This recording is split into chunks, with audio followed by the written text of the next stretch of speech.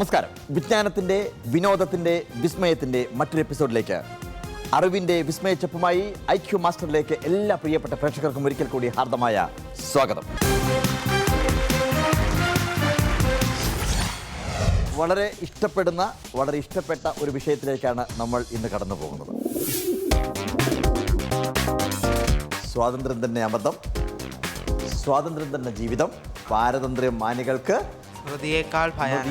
ഭയാനകം. ശ്രദ്ധ എന്ന് പറയുന്നതും കേൾവി എന്ന് പറയുന്നതും തമ്മിൽ വ്യത്യാസമുണ്ട്. കേൾവി എന്ന് പറയുന്നത് കാതുകൊണ്ടാണ്, ശ്രദ്ധ എന്ന് പറയുന്നത് കൂടുതൽ ഗഹനമാണ്, ആഴത്തിലുള്ളതാണ്, ഹൃദയം കൊണ്ടാണ്. അപ്പോൾ ഇന്നെനിക്ക് നിങ്ങളോട് പറയുവാനുള്ളത് ശ്രദ്ധിക്കുക. ഓരോ ചോദ്യങ്ങളും കൃത്യമായി ശ്രദ്ധിച്ച് വളരെയധികം ആലോചിച്ചതിന് ശേഷം ഉത്തരം പറയുക. കാരണം നമ്മൾ അവസാനത്തോട് അടുക്കുകയാണ്. ആദ്യത്തെ ചോദ്യത്തിലേക്ക് നമ്മൾ കടന്നു പോകുന്നു. Which of the following organizations provided medical help to the Turkish troops in Balkan War? ഞാൻ കൂടുതൽ കൺഫ്യൂഷനിലേക്ക് പോകുന്നില്ല. നമുക്ക് വളരെ പെട്ടെന്ന് ആൻസർ ക്യൂബിലേക്ക് പോവാം. കാരണം ഒന്നാമത്തെ ചോദ്യമാണ്, വെറുതെ സസ്പെൻസ് ഉണ്ടാക്കേണ്ട കാര്യമില്ല, അല്ലേ? ഞാൻ എൻ്റെ ജീവിതത്തിൽ ചെയ്ത ഏറ്റവും വലിയ പുണ്യം എന്താണ് എന്ന് ചോദിച്ചു കഴിഞ്ഞാൽ, ഇന്ത്യയെ 4 തവണ റോഡ് മാർഗം യാത്ര ചെയ്ത് കണ്ടു എന്ന് പറയുന്നതാണ് ഏറ്റവും വലിയ ഭാഗ്യമായിട്ട് ഞാൻ എപ്പോഴും കണക്കാക്കുന്നത്. നിങ്ങളൊരു പക്ഷേ ഒരു 5 വർഷം സ്കൂളിൽ പഠിക്കുന്നതിനേക്കാൾ കൂടുതൽ ഒരുപാട് അറിവ് നൽകുന്ന ഒരുപാട് കാര്യങ്ങൾ നമ്മുടെ ലോകത്തുണ്ട്, നമ്മുടെ ഭാരതത്തിലുണ്ട്. ഇതാണ് മത്സരം. C and what's your answer? 1616. ചേച്ചി പറഞ്ഞ 1618. അപ്പൊ രണ്ടിനും ഇടയിലുള്ള 1617. പണ്ട് ഒരു കഥ പറഞ്ഞുതരാം. ഒരു ആനയും ഒരു കുതിരയും. കഥയൊന്നും വേണ്ടല്ലേ, ആൻസർ പറഞ്ഞാൽ മാത്രം മതി. Okay, let's see.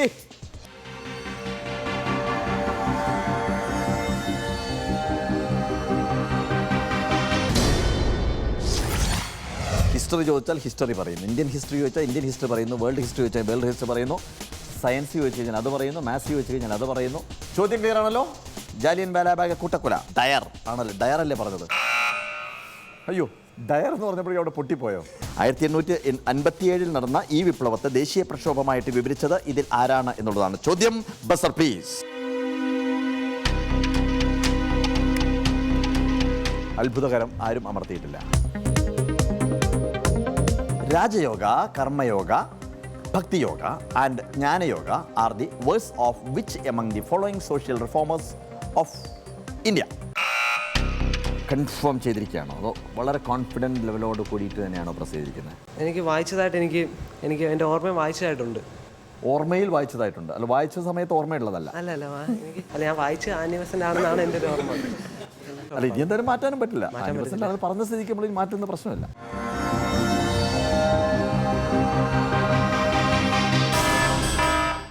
Yeah, that's it. And the magic is that. Watch 1, 2 and 3. ഇവരിൽ ആരാണ് ബംഗാളിലെ മുസ്ലിം നവോത്ഥാനത്തിൻ്റെ പിതാവ്? സെയ്ദ് അഹമ്മദ് ഖാൻ, അമീർ അലി, നവാബ് അബ്ദുൽ ലത്തീഫ് ഖാൻ, നവാബ് സമീഉള്ള ഖാൻ. Buzzer please. അതാ എന്താ ഇങ്ങോട്ട് നോക്കാത്തെ? 16ാമത്തെ ചോദ്യം ഇത്രയും കടുകട്ടിയാവുമെന്ന് പ്രതീക്ഷിച്ചില്ല അല്ലേ? അന്ന് ഫയർ എന്നാണ് പറഞ്ഞത്, ഇപ്പോൾ പറയാൻ പോകുന്നത് ബസർ എന്നാണ്.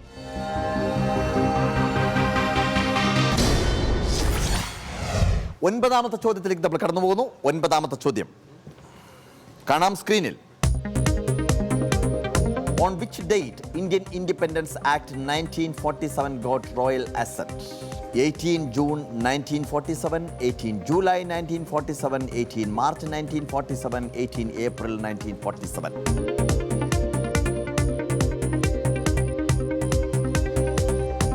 ഏത് തീയതിയിലാണ് ഇന്ത്യൻ ഇൻഡിപെൻഡൻറ്റ് ആക്ട് 1947 രാജകീയ അനുമതി ലഭിച്ചത്?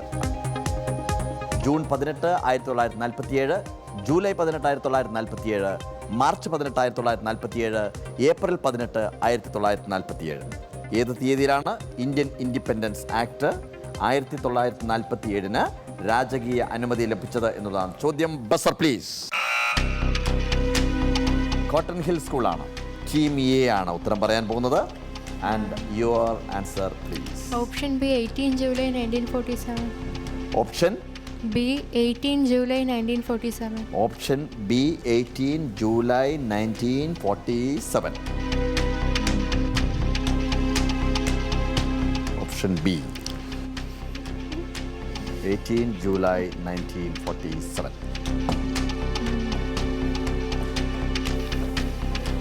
ചില മാസങ്ങളുടെ വ്യത്യാസമേ ഉള്ളല്ലേ, ജൂണ്, ജൂലൈ, മാർച്ച്, ഏപ്രിൽ, ഇത്രയേ ഉള്ളൂ വ്യത്യാസം. വർഷമല്ല പ്രശ്നം. 1947 എല്ലാത്തിലും കറക്റ്റാണ്. ഡേറ്റും എല്ലാം കറക്റ്റാണ്. ആകെയുള്ള പ്രശ്നം എന്ന് പറയുന്നത് മാസം മാത്രമാണ്.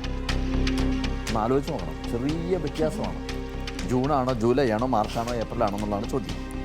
നിങ്ങൾ പറഞ്ഞിരിക്കുന്ന ഉത്തരം എന്ന് പറയുന്നത് 18 തീയതി ജൂലൈ 1947 നാം പറഞ്ഞിരിക്കുന്നത് അല്ലേ? നോക്കാം. See that.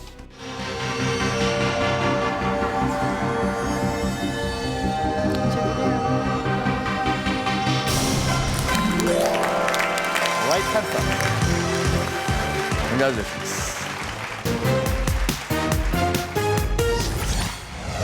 10ാമത്തെ ചോദ്യത്തിലേക്ക് നമ്മൾ കടന്നു പോകുന്നു. 10ാമത്തെ ചോദ്യം ഇതാണ്. നമ്മൾ ആദ്യം പറഞ്ഞതുപോലെ തന്നെ ജാലിയൻ വാലാബാഗുമായിട്ട് ബന്ധപ്പെട്ടൊരു ചോദ്യമാണ്. ജാലിയൻ വാലാബാഗ് ദുരന്തവുമായിട്ട് ബന്ധപ്പെട്ടൊരു ചോദ്യമാണ് ചോദിക്കുന്നത്.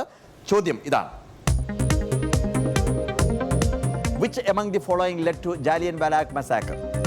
The Arms Act, the Rowlatt Act, the Public Safety Act, Vernacular Press Act.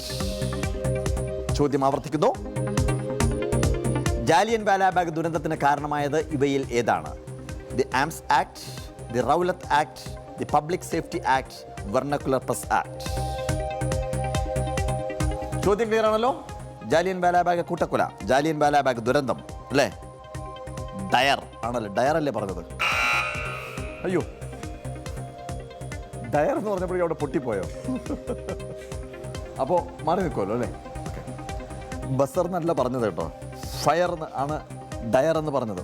Fire എന്ന് പറഞ്ഞപ്പോഴാണ് കംപ്ലീറ്റ് വെടി പൊട്ടിച്ചത് അല്ലേ? ഇന്നും ഈ ജാലിയൻ വാലാബാഗിൽ പോയി കഴിഞ്ഞാൽ അന്ന് കൊണ്ട വെടിത്തുളകൾ അതുപോലെ കിടക്കുന്നുണ്ട്. ഈ പോയിട്ടുണ്ടോ അവിടെ? ജാലിയൻ വാലാബാഗിൽ പോയിട്ടുണ്ടോ? കാണേണ്ട കാഴ്ച കേട്ടോ. കാരണം ആളുകൾ ഓടി കിണറിലൊക്കെ പോയി വീണ്, എന്നിട്ട് അന്ന് വെടിവെച്ച ആ തുളകൾ അതുപോലെ തന്നെ സംരക്ഷിച്ച് വെച്ചിട്ടുണ്ട്. ഇങ്ങനെ ചതുരോട്ടിട്ട് സംരക്ഷിച്ച് വെച്ചിട്ടുണ്ട്. അന്ന് ഫയർ എന്നാണ് പറഞ്ഞത്. ഇപ്പോൾ പറയാൻ പോകുന്നത് ബസർ എന്നാണ്. Okay, ya, answer please. Sir, option B, Rowlatt Act. Option B Rowlatt Act. Rowlatt Act. Rowlatt act, Jallian Wala Bagh. Okay, let's see.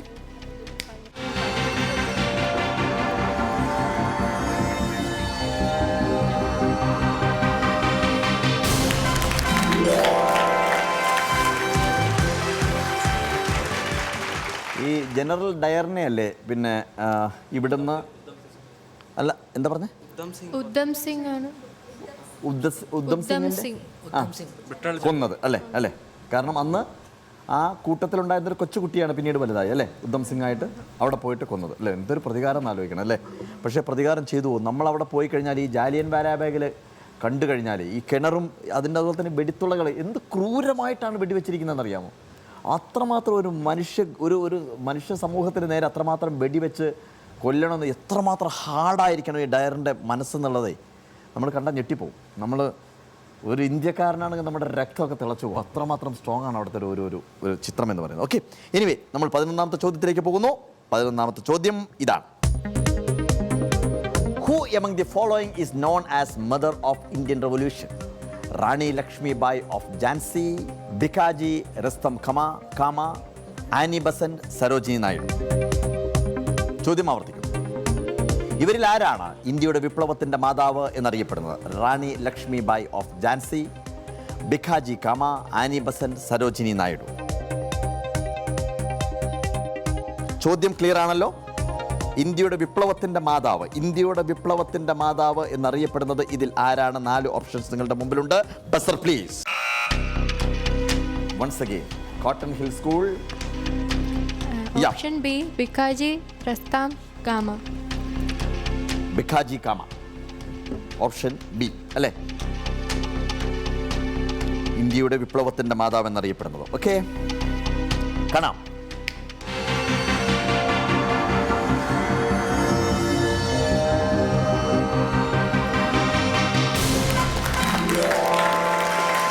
Perfect answer.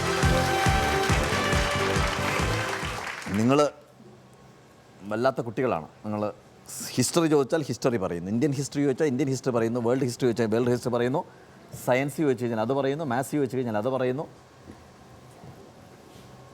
Bhikaiji രുസ്തം കാമ. ഇവരെ കണ്ടാൽ വിപ്ലവം തോന്നുന്നില്ല അല്ലേ, പാവം ഒരു സ്ത്രീ അല്ലേ. ഈ ഝാൻസി റാണി ഞങ്ങളന്ന് പോയ സമയത്ത് എവിടെയാണെന്നറിയാമോ, ഗ്വാളിയോറിൽ ഝാൻസി റാണിയുടെ ഒരു കോട്ടയുണ്ട് ഗ്വാളിയോറിൽ. അപ്പോൾ അവിടെ നമ്മൾ പോയ സമയത്ത് കുറേ ഉയരത്തിലേക്ക് പോകണം, ഒരുപാട് ഉയരത്തിലേക്ക് നമ്മൾ വണ്ടി അങ്ങനെ കടത്തി വിട്ട്. അപ്പോൾ ഈ പോകുന്ന വഴിക്കെല്ലാം മനോഹരമായിട്ടുള്ള ചുവർ പ്രതിമകളും സ്റ്റാച്യൂസൊക്കെ ഉണ്ട്. അപ്പോൾ അവിടെ വന്നപ്പോൾ അവിടുത്തെ ഗൈഡ് നമ്മളോട് പറഞ്ഞതെന്താ വെച്ചാൽ, ബ്രിട്ടീഷുകാർ വളഞ്ഞ സമയത്ത് ഝാൻസി റാണി കുതിരപ്പുറത്ത് അതിൻ്റെ മേളിൽ നിന്ന് താഴേക്ക് ചാടിയെന്നാണ് പറഞ്ഞത്. കുതിരപ്പുറത്ത് കുതിര ഓടിച്ചു പോയി കഴിഞ്ഞ ശേഷം അതിൻ്റെ മേളിൽ നിന്ന് കടും കുത്തനെയുള്ള ഒരു ഇതിനകത്തേക്ക് താഴേക്ക് എടുത്ത് കുതിരയെ കൊണ്ട് ചാടിച്ച് താഴെന്ന് അവർ ഓടിച്ചു പോയി എന്നാണ് പറഞ്ഞത്. അത്രമാത്രം ആഴത്തിലാണ്. പക്ഷെ അത് സത്യമാണോന്ന് എനിക്ക് അറിഞ്ഞുകൂടാ, അങ്ങനെയൊക്കെ ചാടിക്കഴിഞ്ഞാൽ ജീവിക്കുമെന്ന് അറിഞ്ഞുകൂടാ. പക്ഷേ അത്രമാത്രം ധീര വനിതയായിരുന്നു എന്നുള്ള ഝാൻസി റാണി ഒക്കെ പറയുന്നത്. ഇനിവേ നമ്മൾ അടുത്ത ചോദ്യത്തിലേക്ക് പോകുന്നു. The revolt of 1857 was described as a national rising by which of the following political leaders of Britain?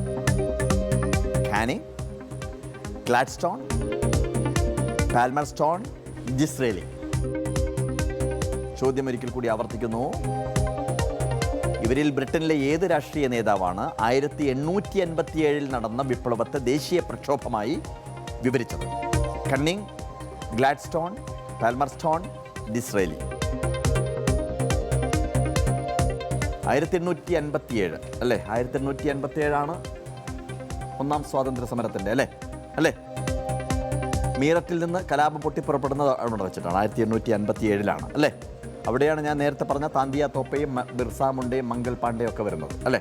ഒന്നാം സ്വാതന്ത്ര്യ സമരത്തിൻ്റെ ചരിത്രത്തിൻ്റെ ഭാഗമായിട്ടാണ് വരുന്നത്. 1857 നടന്ന ഈ വിപ്ലവത്തെ ദേശീയ പ്രക്ഷോഭമായിട്ട് വിവരിച്ചത് ഇതിൽ ആരാണ് എന്നുള്ളതാണ് ചോദ്യം. Buzzer please. Once again cotton Hill സ്കൂളാണ് ഉത്തരം പറയാൻ പോകുന്നത്. Yes, your answer please. Sir, option A, Canning. Option A, Canning. Canning, how you spell it? Canning. 1857 നടന്ന ഒന്നാം സ്വാതന്ത്ര്യ സമരത്തിൻ്റെ കാര്യമാണ് പറയുന്നത്. അതിനെ ദേശീയ പ്രക്ഷോഭമായിട്ട് വിവരിച്ചത് കാനിങ് ആണ് എന്നുള്ളതാണ് നിങ്ങളുടെ ഉത്തരം. Okay, let's see.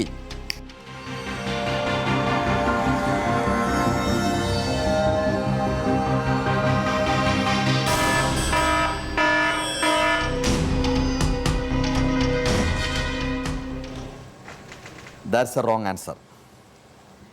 ഈ ഉത്തരം തെറ്റിക്കഴിഞ്ഞാലും ശരിയായി കഴിഞ്ഞാലും മ്യൂസിക് ഒരുപോലെയാണ്. നോക്കിയിട്ടുണ്ടോ? ടൺ ടട ടൺ ട ട ടൺ ടൈങ് എന്ന് നിൽക്കും. പക്ഷേ നിങ്ങളുടെ ഫേസിൽ എക്സ്പ്രഷൻ്റെ വ്യത്യാസം ഭയങ്കരമാണ്. ശരിയായി കഴിഞ്ഞാൽ നല്ലൊരു പൊട്ടിച്ചിരി, തെറ്റായി കഴിഞ്ഞാൽ തലയൊക്കെ താഴേക്ക് പോയി ഭയങ്കര സംഭവമാണ് അല്ലേ. ഓക്കെ, അപ്പോൾ ഇനിയും ഒരു ചാൻസ് കൂടിയുണ്ട്. ആർക്ക് വേണമെങ്കിലും പറയാം. Buzzer please. അത്ഭുതകരം, ആരും അമർത്തിയിട്ടില്ല, ആരും അമർത്തുന്നില്ല. ഇല്ല, വീണ്ടും ഒരു പരീക്ഷണത്തിന് തയ്യാറല്ല എന്നർത്ഥം അല്ലേ. ഓക്കെ, സോ ഗസ് ചെയ്യാം. Disraeli, correct answer. അതാണ് യഥാർത്ഥ ഉത്തരം, ഡിസ്രേലി. Okay, all right. 13ാമത്തെ ചോദ്യത്തിലേക്ക് നമ്മൾ കടന്നു പോകുന്നു. 13ാമത്തെ ചോദ്യം. Which among the following leaders was instrumental in bringing the extremists and the moderates together at the Lucknow session of 1916? Gopalakrishna Gokhale, Bal Gangadhar Tilak, Annie Besant, Mahatma Gandhi.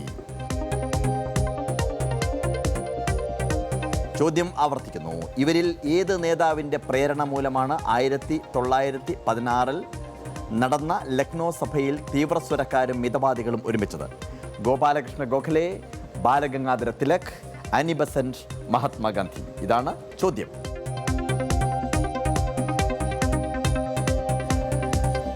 ഓർക്കുക, 1916 ലക്നോ. ഈ രണ്ട് കാര്യങ്ങൾ ഓർത്തു വെച്ചതിന് ശേഷം വേണം ഉത്തരം പറയാൻ. 4 ചോയ്സാണുള്ളത്. ഗോപാലകൃഷ്ണ ഗോഖലെയുണ്ട്, ബാലഗംഗാധര തിലകുണ്ട്, ആനി ബസന്റ് ഉണ്ട്, മഹാത്മാഗാന്ധിയുണ്ട്. Buzzer please. Team C. Yup. Option C, Annie Besant. Option C, Annie Besant. നിങ്ങൾ സി വെറുതെ എങ്ങനെ തരുന്നത്? നിങ്ങളുടെ ടീമിന്റെ പേരാണെന്ന് വിചാരിച്ചത്. Team C. ഞാൻ ഇത് വായിച്ചിട്ടുണ്ട്. എനിക്ക് ഉറപ്പുണ്ടോ? എനിക്ക് വായിച്ചതായിട്ട് എനിക്ക് എൻ്റെ ഓർമ്മ വായിച്ചതായിട്ടുണ്ട്. ഓർമ്മയിൽ വായിച്ചതായിട്ടുണ്ട്, അല്ല വായിച്ച സമയത്ത് ഓർമ്മയുള്ളതല്ല. അല്ല ഏകദേശം ഉറപ്പാണ്. വായിച്ചത് കൊണ്ട് ഓർമ്മയിൽ വന്നതാണോ, ഓർമ്മയിൽ വായിച്ചതായിട്ട് വന്നതാണോ? അല്ല, വായിച്ചതുകൊണ്ട് ഓർമ്മയിലായിട്ട് വന്നിട്ട് അത് വീണ്ടും പറയുന്നത് എങ്ങനെയാ? വായിച്ചുകൊണ്ട് ഓർമ്മയിലായിട്ട് വന്നതാണ്. വായിച്ചത് കൊണ്ട് ഓർമ്മയിൽ വന്നതാണ്. ആനി ബസന്റ് ആണെന്ന്. ആനി ബസന്റ് ആണെന്നാണ് എൻ്റെ, അല്ല ഞാൻ വായിച്ച ആനി ബസന്റ് ആണെന്നാണ് എൻ്റെ ഒരു ഓർമ്മ. ഓക്കെ, നിങ്ങൾ മത്സരിച്ചൊന്നുമില്ല ഈ പ്രാവശ്യം? ഇല്ല. രണ്ടുപേരും. ചേച്ചിയൊന്നും പറഞ്ഞില്ല? ചേച്ചി പറഞ്ഞു ബാലഗംഗാധർ തിലക്കാണെന്ന് പറഞ്ഞു. തിലകാണെന്ന്. ഓക്കെ ഓക്കെ, ചേച്ചി പറഞ്ഞു ബാലഗംഗാധർ തിലകാണെന്നത്. മോനേതാ പറഞ്ഞ? എനിക്ക് ആനി ബസന്റ് ആണെന്ന് എനിക്ക് ഏകദേശം. പക്ഷേ ഇപ്രാവശ്യം നമ്മുടെ ഇടയ്ക്കുള്ള തിരഞ്ഞെടുത്തില്ല. അല്ല, ചേച്ചി പറഞ്ഞു ചേച്ചിക്ക് സംശയമുള്ളൂ. മൈക്കിൾ ചേച്ചി പറഞ്ഞു സംശയമുള്ളൂ, നിനക്കുറപ്പാണെങ്കിൽ ചെയ്യുന്ന, നിന്റെ ഇഷ്ടം പോലെ ചെയ്തോളാം പറഞ്ഞു. നിനക്കുറപ്പാണെങ്കിൽ ചെയ്തോളാം പറഞ്ഞു. അപ്പോൾ നമ്മൾ പഴയ വായിച്ച കാര്യങ്ങളെ പറ്റി ഓർത്തുപോയി. അല്ല ഞാൻ എനിക്ക് കേട്ടപ്പോൾ അല്ല ആനി ബസന്റ് ആണെന്ന് വന്നു. എങ്ങനെ ആനി ബസന്റ് ആണ്, ആനി ബസന്റ് ആണെന്നാണ് എനിക്ക് ഏകദേശം. അല്ല, ഇനി എന്തായാലും മാറ്റാനും പറ്റില്ല. പറഞ്ഞ സ്ഥിതിക്ക് നമ്മൾ മാറ്റുന്ന പ്രശ്നമില്ല. നമുക്കിനി ഒറ്റ ചാൻസേ ഉള്ളൂ, നമ്മൾ ആൻസർ ക്യൂബിലേക്ക് പോകാമെന്നുള്ളത് മാത്രമേ ഉള്ളൂ. Okay, let's see.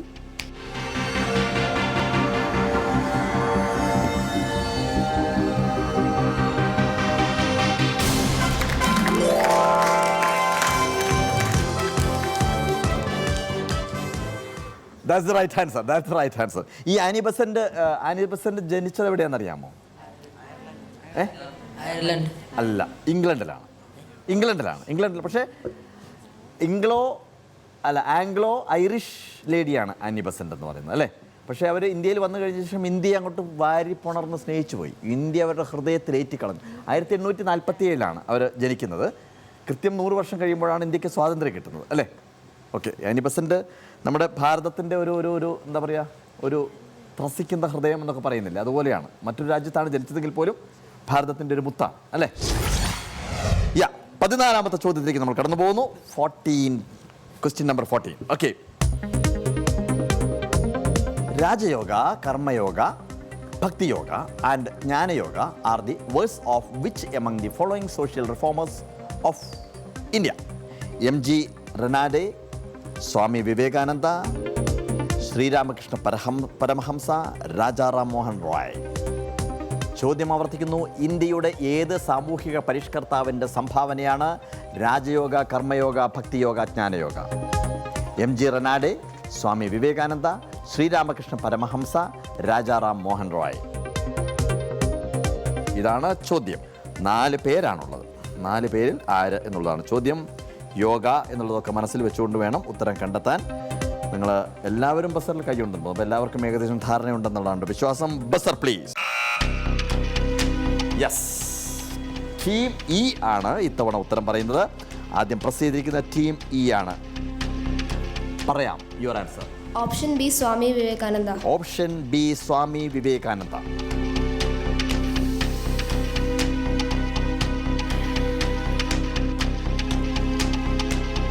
ഷുവറാണ്? വളരെ കൺഫേം ചെയ്തിരിക്കുകയാണോ, അതോ വളരെ കോൺഫിഡൻറ്റ് ലെവലോട് കൂടിയിട്ട് തന്നെയാണോ പ്രസ് ചെയ്തിരിക്കുന്നത്? ആണോ? Yes, let's see.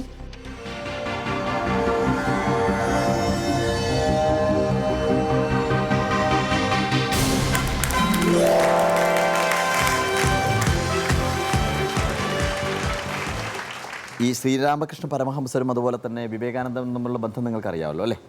വിവേകാനന്ദൻ എന്ന് പറയുന്നത് ആദ്യം വളരെ എന്താ പറയുക, ഉള്ളിലേക്ക് വലിഞ്ഞ് വളരെ ആരെങ്കിലും ഫേസ് ചെയ്യാനൊക്കെ ഒരുപാട് മടിയുള്ള ഒരാളായിരുന്നു സ്വാമി വിവേകാനന്ദൻ. അദ്ദേഹത്തിൻ്റെ ഗുരുവാണല്ലോ ശ്രീരാമകൃഷ്ണ പരമഹംസർ. ഈ എവിടെയോ പറയുന്നത് കേട്ടിട്ടുണ്ട്, ഈ ഹോമപക്ഷികളുടെ ഒരു കഥ പറയുമ്പോഴാണ് അദ്ദേഹം മോട്ടിവേറ്റ് ആവുന്നത്. ഹോമപക്ഷി എന്ന് പറയുന്നത് നമ്മളിതുവരെ ജീവിതത്തിൽ കാണാത്തതാണ്, ഒരു ഇമാജിനറി ബേർഡാണ് ഹോമപക്ഷി എന്ന് പറയുന്നത്. ഈ ഹോമപക്ഷി ആകാശത്തിൻ്റെ അനന്തതയിൽ ജീവിക്കുന്നൊരു പക്ഷിയാണ്. കേട്ടിട്ടുണ്ടോ? ഞാൻ പറഞ്ഞിട്ടുണ്ടല്ലേ. അത് അവിടുന്ന് മുട്ടയിടും. ആ മുട്ട താഴേക്ക് വരുന്ന സമയത്ത് വിരിഞ്ഞ് കുഞ്ഞ് വരുമ്പോൾ അമ്മ പക്ഷിയുടെ അടുത്തേക്ക് പോകാൻ വേണ്ടി സർവ്വശക്തിയും സംഭരിച്ച് പറക്കും എന്നുള്ളത്. അങ്ങനെ പ്രതിസന്ധികൾ അതിജീവിക്കണമെന്നുള്ള അദ്ദേഹത്തിൻ്റെ ഒരു ആഹ്വാനത്തിൻ്റെ പേരിലാണ് ശ്രീരാമകൃഷ്ണ പരമഹംസരുടെ ശിഷ്യനായിട്ട് ഇദ്ദേഹം ഉജ്ജ്വലനായിട്ട് വരുന്നത്, വളരെ ശക്തമായിട്ട് വരുന്നത്. ഈ ശ്രീരാമകൃഷ്ണ പരമഹംസരെ പറ്റിയിട്ടൊരു സംഭവമുണ്ട്. ഞാൻ ഇതും കേട്ടതാണ്, എത്രമാത്രം യാഥാർത്ഥ്യം. അദ്ദേഹത്തിൻ്റെ ഭാര്യയുടെ പേരറിയാമോ നിങ്ങൾക്ക്? ശാരദ, അല്ലേ? ഈ ശാരദയോട് ശ്രീരാമകൃഷ്ണ പരമഹംസർ കല്യാണത്തിനെ പറ്റി ഒന്നും ആലോചിച്ചിട്ടുണ്ടായിരുന്നില്ല. ഒരു സുപ്രഭാതത്തിൽ അദ്ദേഹത്തോട് കല്യാണം കഴിക്കാൻ പറഞ്ഞു. അദ്ദേഹം കല്യാണം കഴിച്ചു. ഇദ്ദേഹം കല്യാണം കഴിച്ചതിന് ശേഷം ആദ്യ രാത്രിയിൽ ഈ ഭാര്യയോട് ചോദിച്ചൊരു ചോദ്യമുണ്ട്, നിനക്ക് എൻ്റെ കുഞ്ഞിൻ്റെ അമ്മയാവണോ, നിനക്ക് ഈ ലോകത്തിൻ്റെ മുഴുവൻ ആളുകളുടെയും കുഞ്ഞിൻ്റെ അമ്മയാവണോ എന്ന് ചോദിച്ചു. ഒരു കൺഫ്യൂഷൻ ഉണ്ടാക്കുന്നൊരു ചോദ്യമാണല്ലേ. ഇവർ എന്തുത്തരം പറയണമെന്നറിയാതെ അവർ പറഞ്ഞത് എനിക്ക് നിങ്ങളുടെ കുഞ്ഞിൻ്റെ അമ്മയാവണമെന്ന് പറഞ്ഞു. ഇദ്ദേഹം ഉടനെ തന്നെ ഇറങ്ങിപ്പോയി അവിടെ നിന്ന്. എത്രയോ വർഷങ്ങൾക്ക് ശേഷമാണ് പിന്നെ ശാരദ എന്ന് പറയുന്ന ആളെ കാണുന്നത്. ആ സമയത്തേക്ക് ശാരദയ്ക്കും ബോധോദയം ഉണ്ടായിട്ടുണ്ടായിരുന്നു. അപ്പോഴാണ് മനസ്സിലായി ലോകത്തിലെ മുഴുവൻ കുഞ്ഞുങ്ങളുടെ അമ്മ ആവുക എന്ന് പറഞ്ഞാൽ ഈ ലോകത്തിലേക്ക് മുഴുവൻ സ്നേഹം വിതയ്ക്കുന്ന ഒരമ്മയാവുക എന്നുള്ളതായിരുന്നു അദ്ദേഹത്തിൻ്റെ മനസ്സിലുണ്ടായിരുന്ന സങ്കല്പം എന്ന് പറയുന്നത്. ഇത് നമ്മൾ ചെറിയൊരു വാക്കുകളിൽ ഒതുക്കേണ്ടതല്ല കാര്യം. അങ്ങനെ പിന്നീട് ശാരദ എന്ന് പറയുന്നത് ശിഷ്യയായിട്ടാണ് പിന്നീട് അദ്ദേഹത്തോടൊപ്പം ജീവിതകാലം മുഴുവൻ കഴിഞ്ഞുകൂടുന്നത്. എനിക്ക് തോന്നുന്നത് ശ്രീരാമകൃഷ്ണ പരമഹംസർ മരിക്കുന്ന സമയത്ത് ഇവർ കരഞ്ഞിട്ടില്ല, ഇവർ ചിരിക്കുകയായിരുന്നു. അറിയാമോ നിങ്ങൾക്ക്? അപ്പോൾ അദ്ദേഹത്തിൻ്റെ ശിഷ്യർ ചോദിച്ചു, അദ്ദേഹം മരിക്കുന്ന സമയത്ത് എന്തുകൊണ്ടാണ് നിങ്ങൾ ചിരിക്കുന്നത് എന്ന് ചോദിച്ചപ്പോൾ അവർ പറഞ്ഞ ഉത്തരം ഇതായിരുന്നു, വലിയ പിടിവാശിക്കാരനായിരുന്നു, എല്ലാം ഞാൻ ചെയ്തു കൊടുക്കണമായിരുന്നു, ഞാനാണ് ആദ്യം മരിച്ചതെങ്കിൽ അദ്ദേഹം കഷ്ടപ്പെടുമായിരുന്നു, അദ്ദേഹം മരിച്ചത് വളരെ നന്നായി എന്നാണ് പറഞ്ഞത്. ഈ കാര്യം വെച്ചുകൊണ്ട് എനിക്ക് തോന്നുന്നു MT വാസുദേവൻ നായരോ മറ്റൊരു സിനിമ ഉണ്ടാക്കിയിട്ടുണ്ട് മലയാളത്തിൽ. ആ സിനിമയുടെ പേര് ഞാൻ മറന്നുപോയി. പക്ഷേ അത്രമാത്രം അങ്ങനെയുള്ള ഒരു ലൈഫായിരുന്നു, ഒരു ആധ്യാത്മികമായിട്ടുള്ള ലൈഫായിരുന്നു ശ്രീരാമകൃഷ്ണ പരമഹംസൻ്റെയും വിവേകാനന്ദൻ്റെയും ഒക്കെ കാര്യങ്ങൾ പറയുന്ന സമയത്ത് പെട്ടെന്ന് എവിടെയൊക്കെയോ വായിച്ച കാര്യങ്ങൾ ഓർത്തെടുത്ത് പറഞ്ഞു എന്ന് മാത്രമേ ഉള്ളൂ. എനിവേ, നമ്മൾ അടുത്ത ചോദ്യത്തിലേക്ക് നമ്മൾ പോകുന്നു. 15ാമത്തെ ചോദ്യം. ചോദ്യം ഇതാണ്: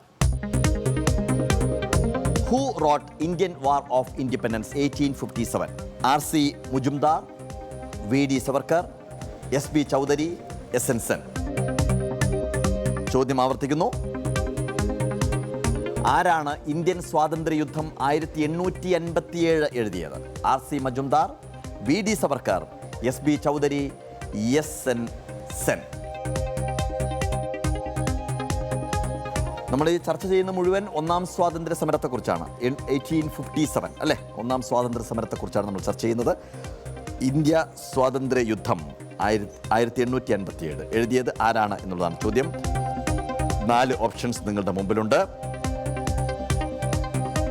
ബസർ പ്ലീസ്. ടീം സി ആണ് ഉത്തരം പറയുന്നത്. Tell me your answer. Option B V.D. Savarkar. So option B, V.D. Savarkar. Yeah, that's your answer. All right. Let's see.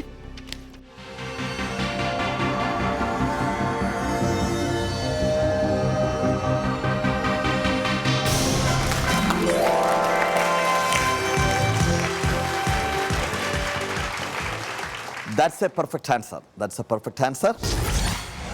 ഇനി നമ്മൾ 16ാമത്തെ ചോദ്യത്തിലേക്കാണ് കിടക്കുന്നത്. ഈ എപ്പിസോഡിലെ ഏറ്റവും അവസാനത്തെ ചോദ്യം. നമ്മുടെ ഭാരതവും അതുപോലെ തന്നെ ഭാരതത്തിൻ്റെ സ്വാതന്ത്ര്യവുമായിട്ട് ബന്ധപ്പെട്ട ചോദ്യങ്ങളാണ് നമ്മളെല്ലാം ചോദിച്ചത്. ഒന്നാം സ്വാതന്ത്ര്യ സമരത്തിൻ്റെയും അതുപോലെ തന്നെ ബ്രിട്ടീഷുകാരുമായി ഇന്ത്യൻ നാഷണൽ കോൺഗ്രസുമായിട്ട് ബന്ധപ്പെട്ട ചോദ്യങ്ങളായിരുന്നു ചോദിച്ചത്. ഇതിൽ ഏറ്റവും അവസാനത്തെ ചോദ്യം 16ാമത്തെ ചോദ്യത്തിലേക്കാണ് നമ്മൾ കിടക്കുന്നത്. And question is this one. Please watch. Who among the following is known as father of Muslim Renaissance in Bengal? Sayyid Ahmad Khan, Amir Ali, Nawab Abdul Latif Khan, Nawab Samiullah Khan. ചോദ്യം ആവർത്തിക്കുന്നു. ഇവരിൽ ആരാണ് ബംഗാളിലെ മുസ്ലിം നവോത്ഥാനത്തിൻ്റെ പിതാവ്? Sayyid Ahmed Khan, Amir Ali, Nawab Abdul Latif Khan, Nawab Samiullah Khan. 4 options നിങ്ങളുടെ മുമ്പിലുണ്ട്. ബംഗാളിലെ മുസ്ലിം നവോത്ഥാനത്തിൻ്റെ പിതാവാണ് ചോദിച്ചത് കേട്ടോ. ബംഗാളിലെ മുസ്ലിം നവോത്ഥാനത്തിൻ്റെ പിതാവ് ആരാണ് എന്നുള്ളതാണ് ചോദ്യം. So I think you are ready now. Buzzer please. അതാ എന്താ ഇങ്ങോട്ട് നോക്കാത്തെ? എന്നെ നോക്കാത്ത എന്താ? സാധാരണ നമ്മൾ പ്രസ് ചെയ്ത് കഴിഞ്ഞാൽ ഒരു നോട്ടം ഉണ്ടല്ലോ, അതൊന്നുമില്ലല്ലോ. അപ്പം ഞാനിവിടെ നിൽക്കാം. Team D, your answer. Sir, option A, Syed Ahmad Khan. Option A, Syed Ahmad Khan. ബംഗാളിലെ മുസ്ലിം നവോത്ഥാനത്തിൻ്റെ പിതാവ്. ബസർ എന്ന് പറഞ്ഞ സമയത്ത് പ്രസ് ചെയ്തില്ല, അതിനുശേഷം കുറച്ച് കഴിഞ്ഞതിന് ശേഷം ആലോചനയ്ക്ക് ശേഷം പ്രസ് ചെയ്തു. ഉത്തരം പറഞ്ഞത് സയ്യിദ് അഹമ്മദ് ഖാൻ എന്നുള്ളതാണ്. തെറ്റോ ശരിയോ എന്നുള്ളതാണ് പരീക്ഷിക്കേണ്ടത്. അതിന് നമ്മൾ പോകേണ്ടത് ആൻസർ ക്യൂബിലേക്കാണ്. Yes, that's it.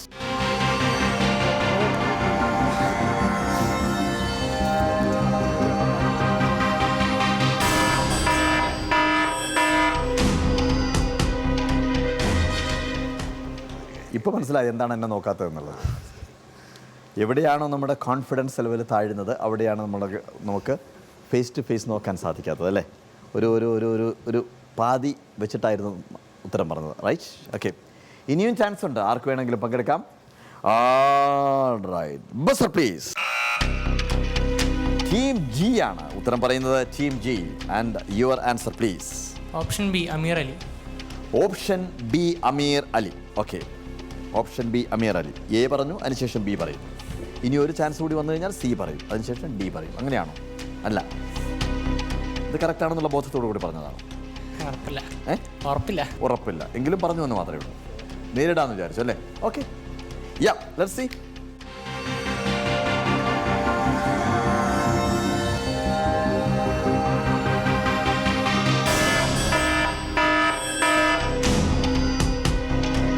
ഇവൻ 16 നമ്മളെ കുഴക്കിയല്ലോ. 16 ചോദ്യം ഇത്രയും കടുകട്ടിയാവുമെന്ന് പ്രതീക്ഷിച്ചില്ല അല്ലേ?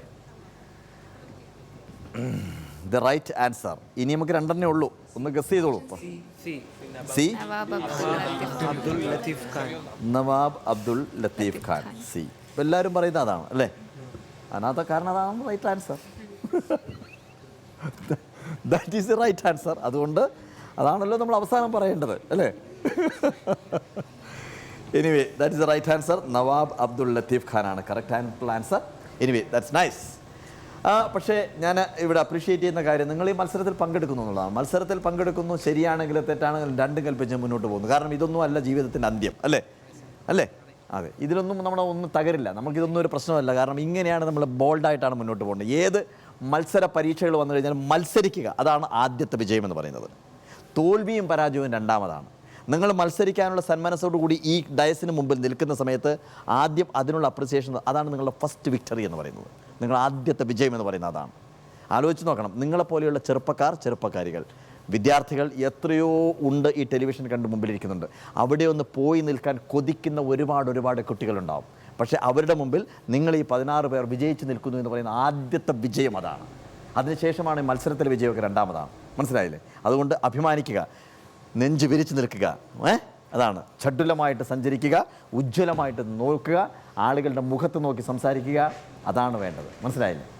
നെഞ്ച് വിരിച്ച് ആരുടെയും മുമ്പിൽ ഞാനിതാ എന്ന് പറഞ്ഞ് നിൽക്കാനുള്ള ചങ്കൂറ്റം നിങ്ങൾ. പക്ഷേ ഒരു കാര്യം, അവിടെ അഹങ്കാരം എന്ന് പറയുന്ന സാധനം അരുത്. മനസ്സിലായില്ലേ? അത് മാത്രം ഓർത്താൽ മതി. എത്രമാത്രം ഉയരത്തിലേക്ക് പോയി കഴിഞ്ഞാലും അഹങ്കാരം അരുത്, അത് മാത്രം ഓർത്താൽ മതി. Okay, anyway, that's nice. നമുക്ക് ഒരു മാജിക് വേണ്ടേ? ഒരു സ്വാതന്ത്ര്യത്തിൻ്റെ മാജിക് വേണ്ടേ? ഓക്കെ, ചെറിയൊരു കുഞ്ഞ് മാജിക്. ആ മാജിക് കാണിച്ചു കഴിഞ്ഞ ശേഷം നമുക്ക് സ്കോർ ബോർഡിലേക്ക് പോകാം. അതിനുശേഷം ഇന്നത്തെ എപ്പിസോഡ് അവസാനിപ്പിക്കാം. ഓക്കെ, ഒരു കുഞ്ഞു മാജിക് എന്ന് പറയുമ്പോൾ വളരെ കുഞ്ഞു മാജിക്കാണ്. മാജിക് കാണിക്കാൻ വേണ്ടിയിട്ട് പരിചയപ്പെടുന്ന ഒരു ചെറിയ കലണ്ടറാണ്. ഈ കലണ്ടറിൽ കാണാൻ സാധിക്കുന്നത് നിങ്ങൾക്ക് വായിക്കാൻ സാധിക്കും അല്ലേ? എല്ലാവരും ഒരുമിച്ച് വായിച്ചത് ഫ്രീഡം ഓഫ് ബേർഡ്സ്. നമ്മളിതുവരെ പറഞ്ഞതും ഫ്രീഡത്തിനെ കുറിച്ചാണ് നമ്മൾ പറഞ്ഞത് അല്ലേ? പക്ഷേ ഫ്രീഡം ഓഫ് ബേർഡ്സ് എന്ന് പറയുന്ന സമയത്ത് നിങ്ങൾ കാണാൻ സാധിക്കുന്നത് ഒരു കേജിനകത്ത് ഒരു പക്ഷി ഇരിക്കുന്നതാണ്. ഇതാണോ ഫ്രീഡം? അല്ല. പക്ഷി സ്വതന്ത്രമായിട്ട് പറന്നു പോകുന്ന സമയത്താണ് ഫ്രീഡം ഉണ്ടാവുന്നത്, സ്വാതന്ത്ര്യം ഉണ്ടാവുന്നത് അല്ലേ? Yeah, that's it. And the magic is that. Watch 1, 2 and 3. That is the cage, and here is the bird. Freedom of birds. That's it. So thank you so much, and next we are going to the scoreboard.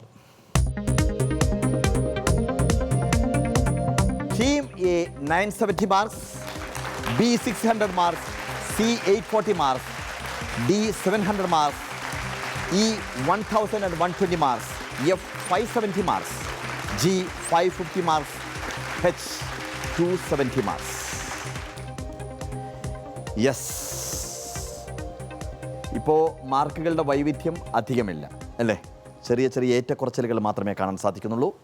ഇനിയുമുള്ള എപ്പിസോഡുകളിൽ പങ്കെടുക്കുന്നതോടുകൂടി മാർക്കിന് എന്ത് സംഭവിക്കുമെന്ന് പറയാൻ സാധിക്കില്ല. അതുകൊണ്ട് പ്രവചിക്കുവാൻ സാധിക്കാത്തൊരവസ്ഥയിലേക്കാണ് നിങ്ങൾ പോകുന്നത്. എത്രമാത്രം ഉജ്ജ്വലമായി നിങ്ങൾ ഇതിൽ പങ്കെടുക്കുന്നോ, എത്രമാത്രം ബുദ്ധിപരമായി പങ്കെടുക്കുന്നോ, അതിനനുസരിച്ച് വിജയം നിങ്ങളിൽ സുനിശ്ചിതമായിരിക്കും.